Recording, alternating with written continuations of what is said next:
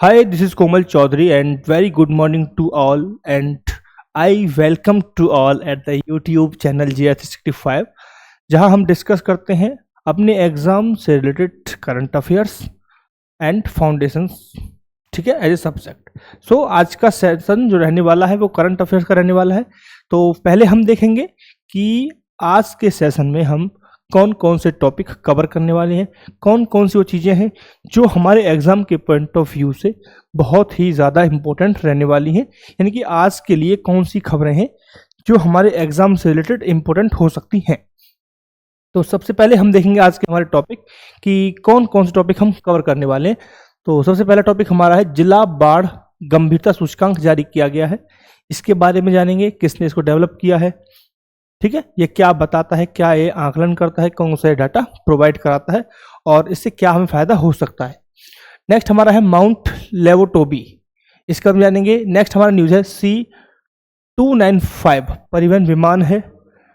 ठीक है, ये क्या है, किस देश से लिया जा रहा है, इसके बारे में हम डिटेल पढ़ेंगे कि किसके द्वारा बनाया गया है। बिल्कुल बेसिक टू एडवांस हम यहाँ पर कवर कर लेंगे।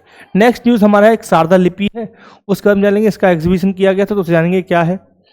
नेक्स्ट न्यूज़ हमारा है केंद्रीय उपभोक्ता मामले, खाद्य और सार्वजनिक वितरण मंत्रालय ने खाद्य तेल विनियमों में संशोधन को अधिसूचित किया है। यानी कि जो खाद्य तेल है उसके विनियमन में संशोधन किया गया है। क्या क्या संशोधन किया गया है, ठीक है, कौन कौन सी चीज़ें हैं और तेल की प्रेजेंट स्थिति क्या है भारत में, कितना तेल हम आयात करते हैं, कितना, ठीक है, कितना बिल बनता है, कौन कौन सी क्या क्या परसेंटेज हम बहुत ही डिटेल में यहाँ पे कवर कर लेंगे। So don't no need to worry, just आपको वीडियो देखना है and enjoy the day. And कुर्सी की पेटी बांध लो सो दैट आप उठ ना पाए वीडियो कंप्लीट करने से पहले। नेक्स्ट न्यूज़ हमारा है कि तमिलनाडु सरकार ने ट्रांसजेंडर व्यक्तियों के लिए राज्य नीति प्रस्तुत की है। यानी कि तमिलनाडु सरकार ने जो ट्रांसजेंडर हैं उनके लिए एक पॉलिसी लाया है तमिलनाडु सरकार। ठीक है, स्टेट पॉलिसी इसलिए इसे बोला जा रहा है राज्य नीति, राइट। तो स्टार्ट करेंगे हम फर्स्ट न्यूज से, और फर्स्ट न्यूज हमारा कौन सा है कि जिला बाढ़ गंभीरता सूचकांक जारी किया गया है। सबसे पहले आप मुझे बताएंगे किसके द्वारा इसे डेवलप किया जाता है। तो इसे डेवलप किया गया है IIT Delhi and IIT Gandhinagar. IIT Delhi plus IIT Gandhinagar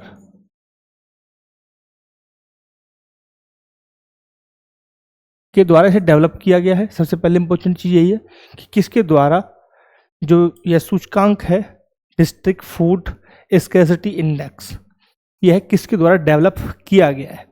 सबसे इंपॉर्टेंट चीज़ तो IIT Delhi and IIT Gandhinagar के द्वारा इसे डेवलप किया गया है। सबसे पहली चीज़ यह क्या बताता है, तो यह बताएगा बेटा बाढ़ की अवधि। क्या बताएगा, बाढ़ की अवधि बताएगा। और क्या बता सकता है, ठीक है, बाढ़ की अवधि बताएगा। बाढ़ग्रस्त क्षेत्र कौन कौन से होने वाले हैं, यानी किन किन क्षेत्रों पर प्रभाव पड़ेगा, अवधि और प्रभाव के बारे में यह बताएगा। ठीक है, तो यानी कि इस सूचकांक के द्वारा हम यह पता कर सकते हैं कि बाढ़ की अवधि कितनी अवधि बाढ़ की है और कितना एरिया इस क्षेत्र से, इस बाढ़ से ग्रसित हो सकता है। ठीक है, क्लियर पॉइंट है, समझ में आ गया, राइट। तो जब हम बात कर रहे हैं DFSI district food severity index, तो इसके बारे में थोड़ा सा और हम गंभीरता से विचार करें तो आप जानेंगे इसे जिला स्तर पर बाढ़ की गंभीर, नाम से पता चल रहा है डिस्ट्रिक्ट लेवल का है। ठीक है, तो जिला स्तर पर बाढ़ की गंभीरता को मापने के लिए इसे डिजाइन किया गया बेसिकली। ठीक है, तो इसमें क्या होगा कि यह सबसे पहले जो आपदा है उसको हम क्या कर सकते हैं, उसके लिए योजना बना सकते हैं, उसे प्रबंधित कर सकते हैं। जब हमें पता चल जाएगा कि यहाँ ये डेटा है हमारे पास तो हम क्या कर सकते हैं, उसका योजना कर सकते हैं, प्रबंधित कर सकते हैं। डिस्ट्रिक्ट एक प्रशासनिक इकाई के रूप में होता है, इसलिए डिस्ट्रिक्ट लेवल पर इसे लाया गया है। ठीक है, तो इसे दो कारकों में इसे विभाजित किया जाता है, दो कारकों के द्वारा इसे डिवाइड किया जाता है। जैसे कि फर्स्ट कारक मैं बताऊं कि बाढ़ की जो घटने की आवृत्ति है किस क्षेत्र में कितनी है। ठीक है, यानी कि प्रभाव दो क्षेत्रों में डिवाइड कर सकते हैं। तो आवर्ती पर प्रभाव, आवर्ती पर हम आवर्ती के आधार पर डिसाइड करते हैं। दूसरा हम डिसाइड करते हैं बेटा इसके जो होने वाले जो क्या है क्षति, जो नुकसान होगा उसे जो क्या है क्षति लिख देता हूँ, ठीक है, जो बाढ़ से होने वाली क्षति है उसके आधार पर हम इसे डिवाइड कर सकते हैं, ठीक है। क्लियर पॉइंट है, कंफ्यूजन तो नहीं हो रहा है कुछ? फिर से सुन लीजिए। पहले हमने बात की कि जो DFSI है इसको डेवलप किसने किया है? IIT Delhi and IIT Gandhinagar, ठीक है। फिर हमने दूसरी बात की कि इससे हम क्या पता कर सकते हैं कि यह बाढ़ की अवधि और जो बाढ़ग्रस्त क्षेत्र है उसको ध्यान में रखकर इसे बनाया जाता है।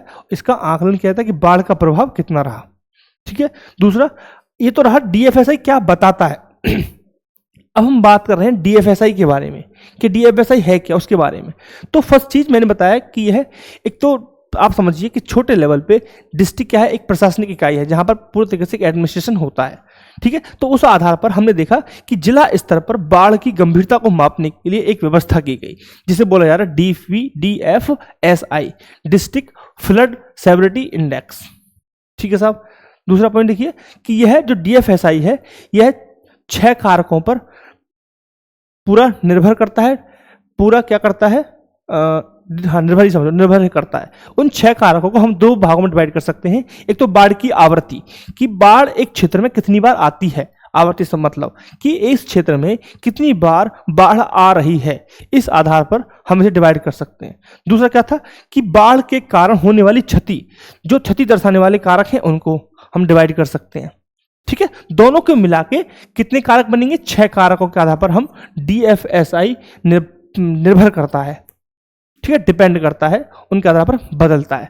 तो जब हम बात कर रहे हैं आवृत्ति में, आवृत्ति हम क्या काउंट कर सकते हैं कि बाढ़ की जो घटना है वो कितनी बार हुई है, ठीक है, उसकी औसत अवधि कितनी रही, राइट, उसके जो क्षेत्र है, प्रभावशील क्षेत्र है वो कितना था, जनसंख्या कितनी प्रभावित हुई, ये सब किस कारक में आएंगे? ये सब आएंगे आवृत्ति वाले कारक में।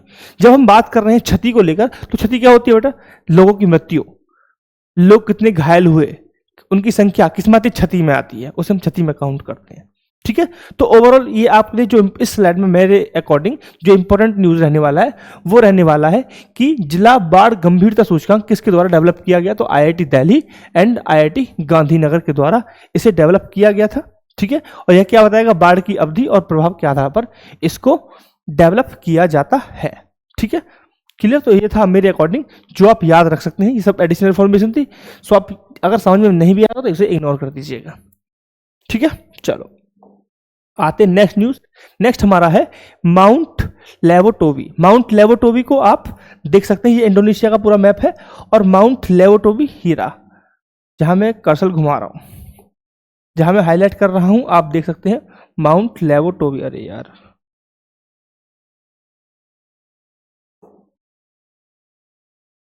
ये माउंट लेवोटोवी, ठीक है। तो आपको लोकेशन आपको पता चल गया कि ये पूरा ओवरऑल क्या मलेशिया हो गया, ये इंडोनेशिया है, जकार्ता कैपिटल है, और यहाँ पे एक द्वीप है जहां पर ये क्या है, माउंट लेवोटोवी है, ठीक है। तो माउंट लेवोटोवी जो लाकी लाकी ज्वालामुखी है उसमें 2 बार विस्फोट हुआ, जिस कारण ये क्या है, न्यूज में आ गया है, ठीक है साहब। क्लियर? तो आपने पहले न्यूज में देख लिया मैप में, अब हम जानेंगे थोड़ा सा इसके बारे में, एक है क्या। तो ये ज्वालामुखी है जहां पर इसमें 2 बार विस्फोट हो चुका है बेटा। कितनी बार? 2 बार इसमें विस्फोट हुआ है, यानी कि हम ये कह सकते हैं कि यह एक सक्रिय ज्वालामुखी है, ठीक है। इंडोनेशिया में जो टोटल ज्वालामुखी है, इंडोनेशिया की मैं बात करता हूं, तो इंडोनेशिया में हम जानते हैं कि 127 ज्वालामुखी है, 127 ज्वालामुखी है, यानी कि 127 एक्टिव ज्वालामुखी है, सक्रिय ज्वालामुखी है, जिनमें से एक कौन सा है, माउंट लेवोटोवी, जिसमें अभी हाल फिलहाल में 2 बार विस्फोट हुआ है, जिस कारण यह चर्चा का विषय बन गया है, ठीक है। तो जो हमारा एक और ज्वालामुखी हमने देखा था जो लाकी लाकी है, उसके पास ही ये है, ठीक है। तो लाकी लाकी और पेरुपुआन आपस में लगभग, इनमें जो डिस्टेंस है वो लगभग 2 किलोमीटर का ही डिस्टेंस है। जो हमारे लाकी लाकी ज्वालामुखी है, दूसरे जो मैं बात कर रहा हूँ लाकी लाकी, अभी मैं बात कर रहा हूँ लियोबोटी न्यूज में है, अभी हम बात करें दूसरे वाले की, लाकी लाकी। तो ओवरऑल हमें 3 ज्वालामुखी मैंने बात की, एक तो किसकी, माउंट लेवोटोवी जो 2 बार विस्फोट हुआ है, ठीक है। तो मैंने दूसरा ने बात की लाकी लाकी और पेरेम्पुआन और लाकी लाकी। तो ये तीनों ही क्या है, एक पास पास ज्वालामुखी हैं। तो माउंट जो लेवोटोवी है वो दोनों ही जो ज्वालामुखी हैं, लाकी लाकी और पेरेम्पुआन, इनके पास है, ठीक है। और दोनों ही क्या है, स्ट्रेटोवोल्केनो है। स्ट्रेटोवोल्केनो एक टाइप का वॉल्केनो होता है, एक प्रकार का ज्वालामुखी होता है। यहाँ मैं बताने जाऊंगा तो बहुत ही डिटेल हो जाएगा। ठीक है, तो दोनों में डिस्टेंस कितने का, मात्र 2 किलोमीटर का डिस्टेंस है। अगर मैं लाकी लाकी की बात करता हूं तो लाकी लाकी ज्वालामुखी 19वीं सदी से लगातार सक्रिय है। यह लगातार क्या है, विस्फोट करता है। एक मिनट, लगातार यहाँ पे विस्फोट होता है, जिस कारण इसे 19वीं सदी के बाद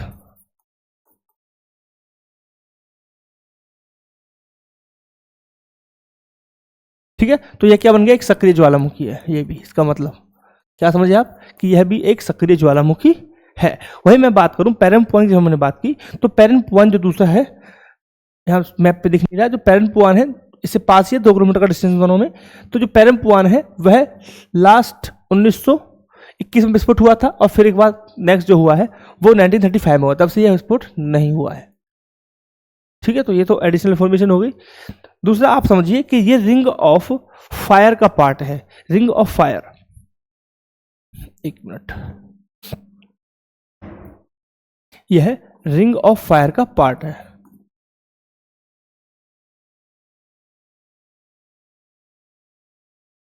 रिंग ऑफ फायर मतलब एक रिंग बसा बना हुआ है जहां पर ज्वालामुखी बहुत ही ज्यादा संख्या में पाए जाते हैं। उनका रीजन अलग है जो मैं डिस्कस नहीं करना चाहूंगा।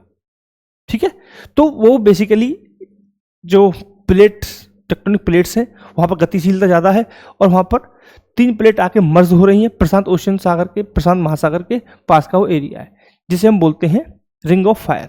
ठीक है, जो कि प्रशांत महासागर के किनारे के आसपास देखा जाता है। और वहां पर जब वो प्लेट टेक्टोनिक की गतिविधि ज्यादा, प्लेट टेक्टोनिक की गतिविधियां ज्यादा होती हैं, तो वहां पर ज्वालामुखी हो गए, भूकंप की गतिविधियां हो गई, इन सब की जो फ्रिक्वेंसी है, आवृत्ति है, वो ज्यादा देखी जाती है। राइट, तो मैं डिस्कस नहीं करना चाहता, लेकिन फिर मैंने आपको थोड़ा सा बताया ताकि आप समझ पाए। राइट, अब हम बढ़ेंगे नेक्स्ट न्यूज की तरफ, और नेक्स्ट न्यूज हमारा है C295 परिवहन विमान, यानी कि C295 परिवहन विमान, जो यहाँ पे देख पा रहे होंगे, इंडियन एयरफोर्स यूज करती है इसे। ठीक है, तो यह भारत को स्पेन से मिलने वाला था। कहां से मिलने वाला है, ये मिलेगा भारत को स्पेन से। यह भारत को स्पेन से मिलने वाला था, यह भारत को स्पेन से मिलने वाला था। 16 एयरबस मिलने वाला था, और यह आखिरी बेड़ा मिल गया है, जिस कारण यह चर्चा का विषय बना। यानी कि यह स्पेन से मिलने वाला था, 16 मिलने वाले थे, और यह मिल गए हैं, रिसीव किए हैं, इसलिए यह न्यूज में है। तो आपको पता चला कि C295 न्यूज में क्यों है, क्योंकि भारत को स्पेन से 16 एयरबस C295 C295 सैन्य परिवहन विमान का आखिरी बेड़ा मिल गया है, इसलिए क्या है, यह न्यूज में है। अब बात करते हैं C95 है क्या, C295 है क्या। तो ये बेसिकली क्या है, एक एयर लिफ्टर है।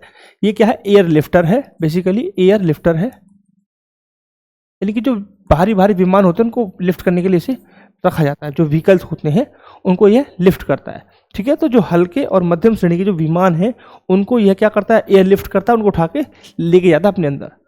राइट, इसको बनाने वाला कौन है, इसे डेवलप किया है एयरबस के द्वारा, इसे डेवलप किया गया, एयरबस के द्वारा इसे डेवलप किया गया। किसके द्वारा बेटा, एयरबस के द्वारा इसे डेवलप किया गया है। एयरबस के द्वारा इसे डेवलप किया गया है। राइट, एक मुझे कोई बताएगा कि एयरबस कहाँ की एजेंसी है, मुझे कोई बताएगा तो बताना याद से। ठीक है, क्वेश्चन मार्क मैंने लगा दिया है।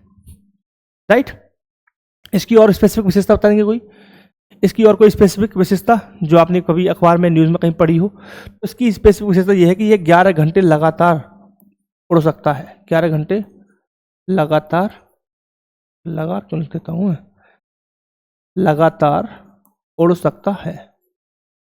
यह इंपॉर्टेंट, इसके बारे में एक इंफॉर्मेशन है। 11 घंटे यह लगातार हवा में उड़ सकता है। ठीक है, क्लियर पॉइंट। चलो, तो ये था इसके बारे में कि स्पेन से आखिरी बेड़ा था तो लिया, तो इसलिए न्यूज बन गया। इसके हम थोड़ा सा मैंने आपको बता दिया एडिशनल इन्फॉर्मेशन।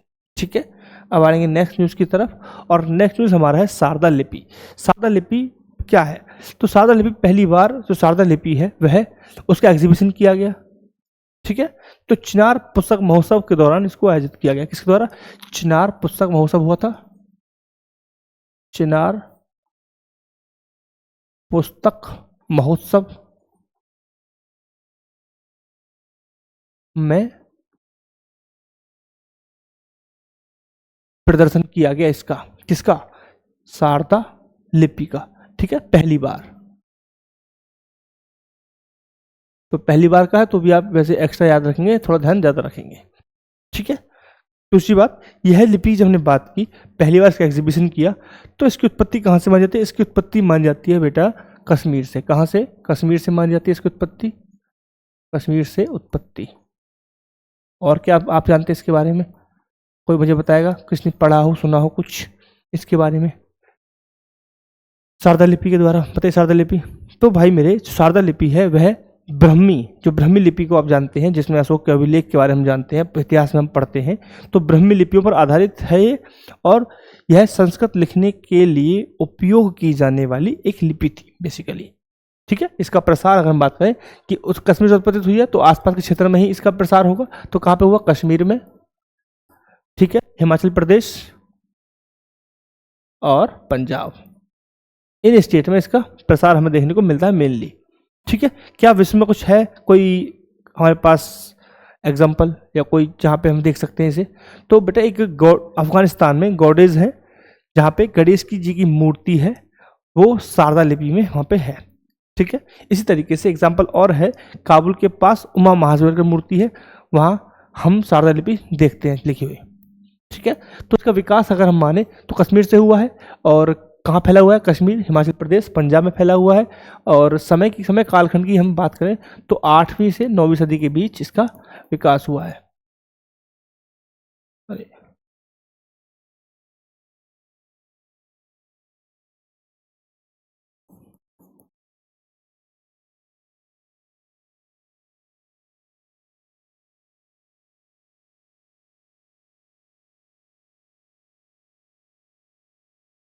8वीं सदी से 9वीं सदी के बीच इसका विकास हुआ है, ठीक है। तो ये थी हमारी बहुत ही छोटी सी प्यारी सी न्यूज़, जो बहुत ही कम समय में ख़त्म हो गई, ठीक है। हम छोड़ नहीं सकते बेसिकली, ये न्यूज़ बहुत छोटी छोटी सी हैं, बट ऐसी न्यूज़ जैसे कि आप समझिए, ये आर्ट एंड कल्चर का पार्ट है। आप सिर्फ जो वनडे एग्जाम स्पेसिफिक बच्चे होते हैं वो सिर्फ क्या पढ़ते हैं? फॉर्म ऑफ डांस पढ़ेंगे, फॉर्म ऑफ इंस्ट्रूमेंट पढ़ेंगे, है ना, कुछ चीज़ पढ़ेंगे, फॉर्म ऑफ टेम्पल्स पढ़ लेंगे, कौन सा टेम्पल कहाँ पे लोकेशन जान लेंगे, बट ऐसी चीज़ आप रेयरली ही पढ़ेंगे। और ऐसी चीज़ें फिर जो रियली चीज़ें होती हैं वह एग्जाम के पॉइंट ऑफ व्यू से इंपॉर्टेंट हो जाती है और एग्जाम में आ जाती हैं, फिर आप फंस जाते हैं कि सर ये तो मैंने पढ़ा ही नहीं। बट अगर आप जिस तरीके फॉलो करेंगे तो आप जरूर पढ़ लेंगे। चलो, ये तो हो गया थोड़ा सा हंसने और हंसाने वाली बातें और समझने वाली बातें भी थी इसमें। अब बढ़ेंगे नेक्स्ट न्यूज़ की तरफ, और नेक्स्ट न्यूज़ हमारा है कि केंद्रीय उपभोक्ता मामले, खाद्य और सार्वजनिक वितरण मंत्रालय ने खाद्य केल विनियमों में संशोधनों को अधिसूचित किया, ठीक है। तो केंद्रीय उपभोक्ता मामलों और खाद्य और सार्वजनिक वितरण मंत्रालय ने किसके लिए बेटा? खाद्य तेल विनियमों में संशोधन किया है, पहली चीज। तो भाई मेरी सबसे इंपॉर्टेंट चीज है, संशोधन कहाँ पे हुआ है? संशोधन हुआ है खाद्य तेल विनियमों में। जो खाद्य तेल से संबंधित नियम है उनमें संशोधित किया गया है। तो उससे संबंधित कौन सा अधिनियम था जिसमें संशोधन किया गया है? तो हमारे पास एक अधिनियम है, आवश्यकता वस्तु अधिनियम 1955। तो क्या है? आवश्यकता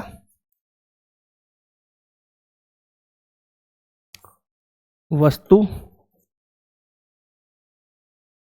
अधिनियम 1955, इसमें संशोधन किया गया बेटा। क्या किया गया है कि जो वनस्पति तेल है उसके उत्पादन और उपलब्धता में संशोधन किया गया है, ठीक है। क्या संशोधन किया गया है? उद्देश्य क्या है?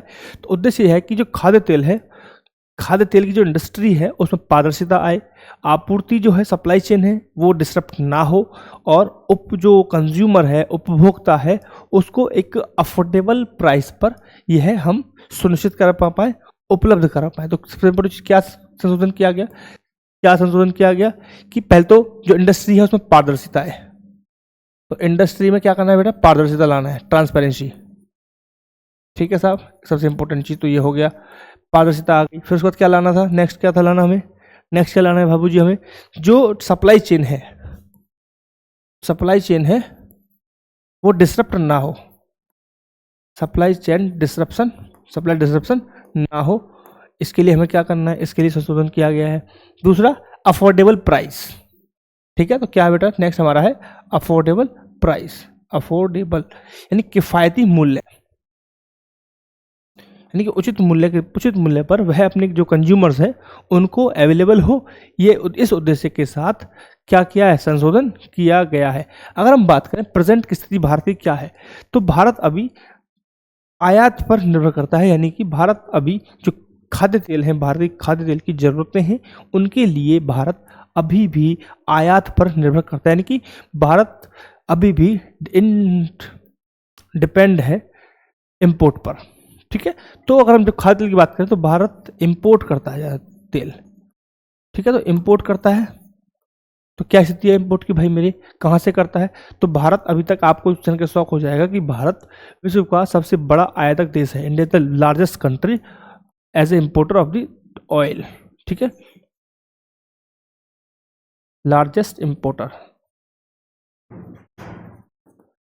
तो लार्जेस्ट इंपोर्टर है भारत, सबसे बड़ा आयातक देश है। ठीक है, चीन और अमेरिका भी इससे पीछे है। ठीक है, अगर बात करो इंपोर्ट का, हम हिस्से की बात करें तो सबसे ज़्यादा हम इंपोर्ट करते हैं बेटा पाम ऑयल। क्या करते हैं? पाम ऑयल करते हैं। देन हम करते हैं सबसे ज़्यादा सोयाबीन तेल, फिर हम सूरजमुखी। 3 प्रकार के तेल का एक लार्ज शेयर है जो हम बात कर रहे हैं इंपोर्ट की, तो सबसे बड़ा शेयर है उसमें पाम ऑयल का। तो पाम ऑयल लगभग हम 60% आयात करते हैं, वहीं सोयाबीन तेल हम 23% आयात करते हैं, और जब हम बात करें सूरजमुखी तेल तो वह लगभग 60% हम आयात करते हैं। ठीक है, अगर हम निर्भरता की बात करें, डाटा को समझें थोड़ा सा, कि हमने फिर जब हम पता है कि हम इंपोर्ट बेस्ड, हम किसी के ऊपर डिपेंड हो रहे हैं, तो हम उसके लिए क्या कर रहे हैं, तो हमने अपनी जो डिपेंडेंसी है वो कम की है। जैसे कि डाटा बता रहा है कि डाटा अगर 2015-16 का डाटा लेते हैं, हम अगर 2015-16 का डाटा लें, 2015-16 की मैं बात करूं, 2015-16 में लगभग 63% हम आयात करते थे। ठीक है, कितना करते थे? 63। वहीं अगर हम बात करें नेक्स्ट, अगर हम बात करें कि 2021-22 में यह डाटा कितना हो गया, 2021-22 में यह डाटा लगभग 55% है। कितना? 55% लगभग। ठीक है, मैं अप्रॉक्स में बात कर रहा हूँ, राइट। तो एक आध पॉइंट के दर्दों का डिस्टेंस अगर आपको लगे तो बरसना मत मेरे ऊपर। ठीक, क्लियर पॉइंट। तो ये था हमारे जो उद्देश्य क्या थे, किन उद्देश्य के लिए हमने किया, कौन से अधिनियम थे, राइट, ये हमने देखा। अब हम बात करते हैं कि हम आयात क्यों करते हैं, कौन कौन से ऐसे कारक हैं जिनकी वजह से हमें जो खाद्य ऑयल है वह आयात करना पड़ता है, क्या रीजंस हैं। तो सबसे इंपॉर्टेंट चीज़ यहाँ पे देखिए कि जो भारत का सिंचाई एरिया है, जो कृषि उत्पाद एरिया है, जो कृषि उत्पादन क्षेत्र है, वहाँ पर वर्षा आधारित सिंचाई अभी भी सिंचाई की जाती है। भारत का लगभग 72% तिलहन का जो एरिया है, जहाँ पर तिलहन की फसल उत्पादन की जाती है, उपजाई जाती है, वहाँ पर अभी भी जो सिंचाई का सिस्टम है वह वर्षा पर निर्भर करता है। दूसरा महत्वपूर्ण रीज़न ये है कि जो भारत का जो किसान है वह सीमांत और छोटे किसान बन चुके हैं। थर्ड पॉइंट, अभी भी आप मानेंगे कि एक तो जो सीमांत किसान होगा, छोटा किसान होगा, वह जल्दी से टेक्नोलॉजी को नहीं अपनाएगा। क्योंकि आप समझिए कि सपोज करो मेरे पास 2 बीघा खेत है, तो मैं उसके लिए ड्रोन नहीं खरीदूंगा स्प्रे करने के लिए, मैं उसके लिए ट्रैक्टर नहीं लूँगा जुताई के लिए, मैं उसके लिए कोई और जो यंत्र आया, कोई भी और टेक्नोलॉजी है, जल्दी से उसको एक्सेप्ट नहीं करूँगा, क्योंकि मेरे पास क्या छोटा खेत है मेरा, है ना। तो इसलिए क्या देखा जाता है, जब किसान टेक्नोलॉजी या नई तकनीकों पर प्रयोग नहीं करेगा तो कहीं ना कहीं उसकी उत्पादकता कंप्रोमाइज़ होगी और कम आएगी। ठीक है, तो इस वजह से ये मेजर रीजंस थे जिनकी वजह से हम अभी भी ऑयल के एरियाज में, ऑयल के क्षेत्र में भी इंपोर्ट के रूप में जाने जाते हैं, ना कि एक्सपोर्ट के रूप में जाने जाते हैं। लेकिन फिर अभी चीज़ आई है, जब समस्या है तो समाधान भी होगा कुछ। तो भारत ने एज ए कंट्री क्या सोल्यूशन निकाला है, कोई पहल, कोई कुछ मिशन, कुछ योजना, कुछ चलाया है क्या? कि हाँ जी हाँ, चलाया है। भारत ने जो घरेलू खाद्य है उसके उत्पादन के लिए बहुत सारी योजनाएं शुरू की हैं, बहुत सारी पहले स्टार्ट की हैं। जैसे कि राष्ट्रीय खाद्य तेल मिशन लॉन्च किया। ठीक है, इसका उद्देश्य है कि देश में तिलहन जो उत्पादन है उसको बढ़ावा दें, ताकि हम खाद्य तेलों के रूप में, खाद्य तेलों के लिए आत्मनिर्भरता हम प्राप्त कर सकें। राष्ट्रीय नेक्स्ट हमारा मैं बात करूं तो तेल और तिलहन और ऑयल, जो पाम ऑयल है, उसके लिए राष्ट्रीय खाद्य सुरक्षा मिशन चलाया गया, जिसमें हम देख सकते हैं कि जो उद्देश्य क्या है, जिसमें उद्देश्य है कि जो नौ तिलहनी फसलें हैं उनके उत्पादन में वृद्धि हो, उनको बढ़ावा मिले, राइट। ओवरऑल हमें भी कह सकते हैं इस योजना के माध्यम से जो ऑयल पाम ऑयल है और उसके वृक्षों से प्राप्त होने वाले जो तिलहन का उत्पादन क्षेत्र है उसको भी बढ़ाया जाए। क्योंकि एक मेजर रीजन है, हमने देखा कि हमारे किसान सीमांत और लघु किसान बन चुके हैं, और उसका प्रभाव क्या पड़ता है कि वो टेक्नोलॉजी को एक्सेप्ट नहीं करते हैं, जिसका क्या होता है, ओवरऑल प्रोडक्टिविटी पर फर्क पड़ता है। तो हमें कहीं ना कहीं तिलहन उत्पादन क्षेत्र को भी बढ़ाना होगा, ताकि किसान टेक्नोलॉजी को अडॉप्ट करें और एक बड़े नंबर के रूप में हमें दिखे और हम ज़्यादा उत्पाद कर सकें, ताकि हमारा इम्पोर्ट कम हो। राइट, तो ये था हमारा।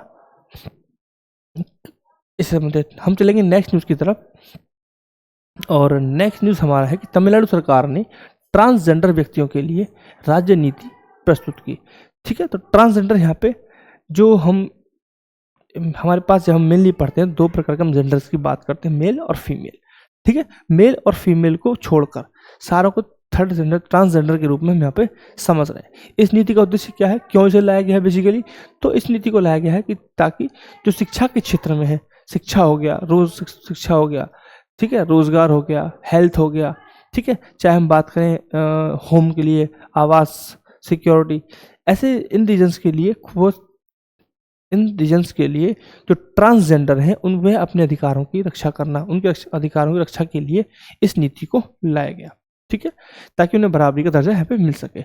सरकार क्या करे, सरकार ट्रांसजेंडर व्यक्तियों के लिए उत्तराधिकार का अधिकार सुनिश्चित करने के लिए जो हिंदू अधिकार अधिनियम है, चाहे हम बात करें भारतीय उत्तराधिकार अधिनियम में संशोधन करने के लिए भी कदम उठाएगी। यह इसमें लिखा हुआ है, नीति में लिखा हुआ है।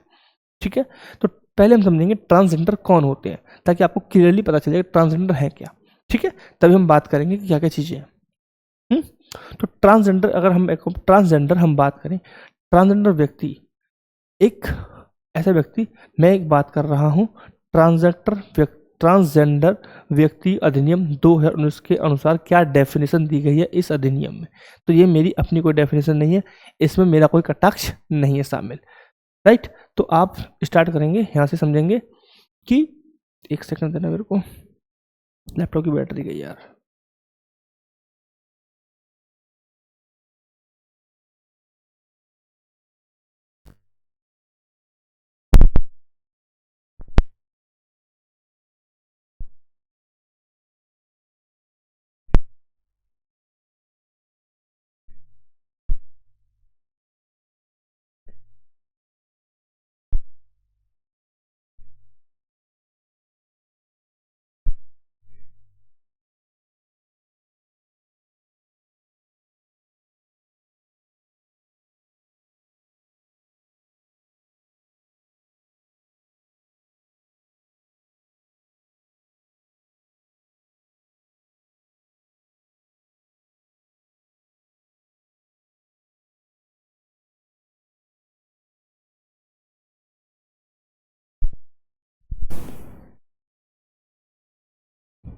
हेलो, यस आ गया, चलो ठीक है। तो पहले हम जानेंगे ट्रांसजेंडर क्या होते हैं। Sorry for the interruption, because of की जो लैपटॉप है उसकी बैटरी डिस्चार्ज हो गई थी, तो चार्ज पे लगा दिया। So no need to worry, class resume करते हैं एंड टॉपिक रिज्यूम करते हैं। हम थे ट्रांसजेंडर की डेफिनेशन पर। तो मैं कह रहा था कि ट्रांसजेंडर व्यक्ति अधिनियम 2019 के तहत मैं डेफिनेशन सुना रहा हूँ, ठीक है, जो मैंने पढ़ा है। तो इसमें मेरा कोई अपना पर्सनल मैं कोई इनपुट नहीं डाल रहा हूँ। तो ट्रांसजेंडर व्यक्ति वह व्यक्ति होते हैं जिसकी लैंगिक पहचान जन्म के समय निर्धारित जो की जाती है उसे मेल नहीं खाती है। जैसे कि जन्म के समय लगा कि ये लड़का है, बट उसकी जो बड़ा होने के बाद उसकी एक्टिविटी लड़के जैसी नहीं है, तो क्या होगा, ट्रांसजेंडर हो गया वो। ठीक है, क्लियर पॉइंट। तो इस नीति में जो मेन चीज़ है वो यह है कि ट्रांसजेंडर व्यक्ति, ठीक है, या फिर इंटरसेक्स व्यक्तियों को अपनी पहचान पुरुष, महिला या ट्रांसजेंडर स्वयं चुनने का अधिकार है। उसके लिए कोई भी चिकित्सा प्रक्रिया के द्वारा, कोई भी प्रमाण पत्र के द्वारा स्वीकार करने की जरूरत नहीं है, आवश्यकता नहीं है। खुद जो व्यक्ति सेलेक्ट कर देगा वही फाइनल माना जाएगा। कोई भी रिक्वायरमेंट नहीं है किसी भी प्रक्रिया की, किसी भी चिकित्सा प्रक्रिया की, कोई भी सर्टिफिकेट की आवश्यकता नहीं है। ठीक है, मिसयूज भी हो सकता है इसका बहुत बड़ा, हम देख सकते हैं। चलो वो हम देखेंगे धीरे क्या हो रहा है। ठीक है, अगर हम नंबर्स की बात करें तो जनगणना 2011 के अनुसार इनका नंबर्स बहुत ही बड़ा नंबर है, 4.1 लाख, यानी कि लगभग मोटा मोटा 5 लाख हम देख सकते हैं। नालसा जो डिसीजन था 2014 में, सुप्रीम कोर्ट की क्या ऑब्जर्वेशन है इसके लिए, तो सुप्रीम कोर्ट ने ट्रांसजेंडर व्यक्तियों के लिए थर्ड जेंडर के रूप में मान्यता दी थी। यानी कि ट्रांसजेंडर व्यक्तियों को आप थर्ड जेंडर के रूप में बोल सकते हैं, थर्ड जेंडर। ठीक है,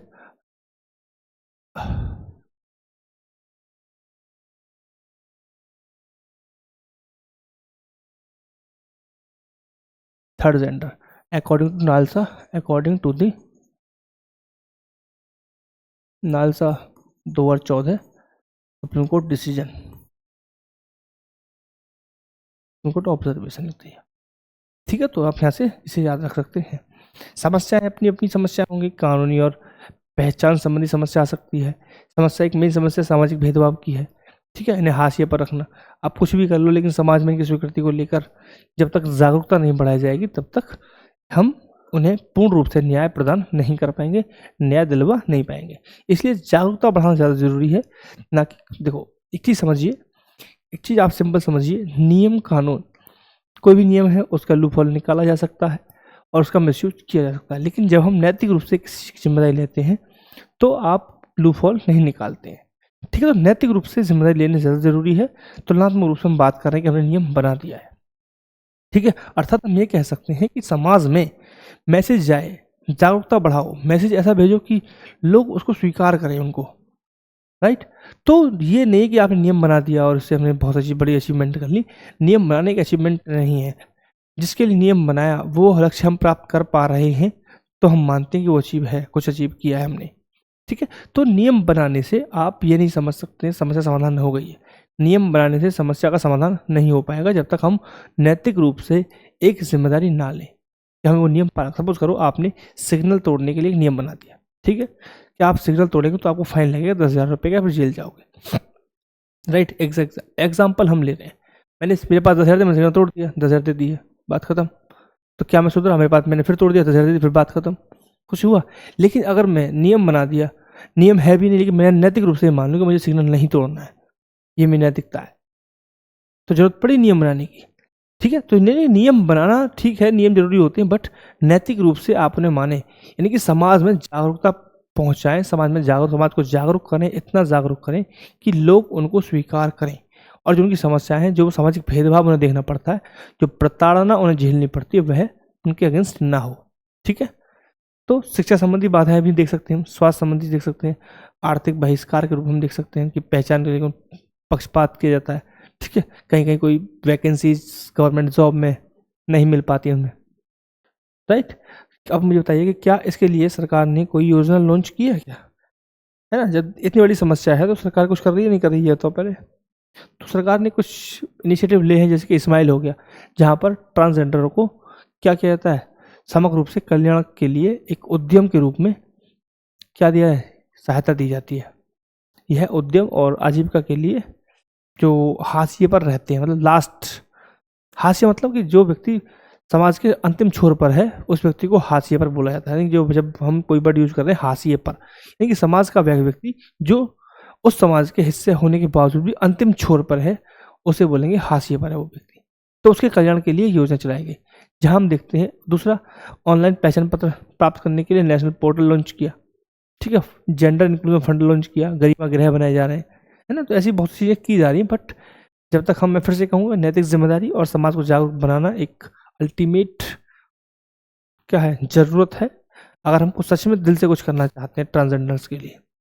ठीक है, चलो आते हैं नेक्स्ट न्यूज़ की तरफ, और नेक्स्ट न्यूज़ हमारा है thank you. So thank you very much for the watching this video and have a nice day and have a great career you have.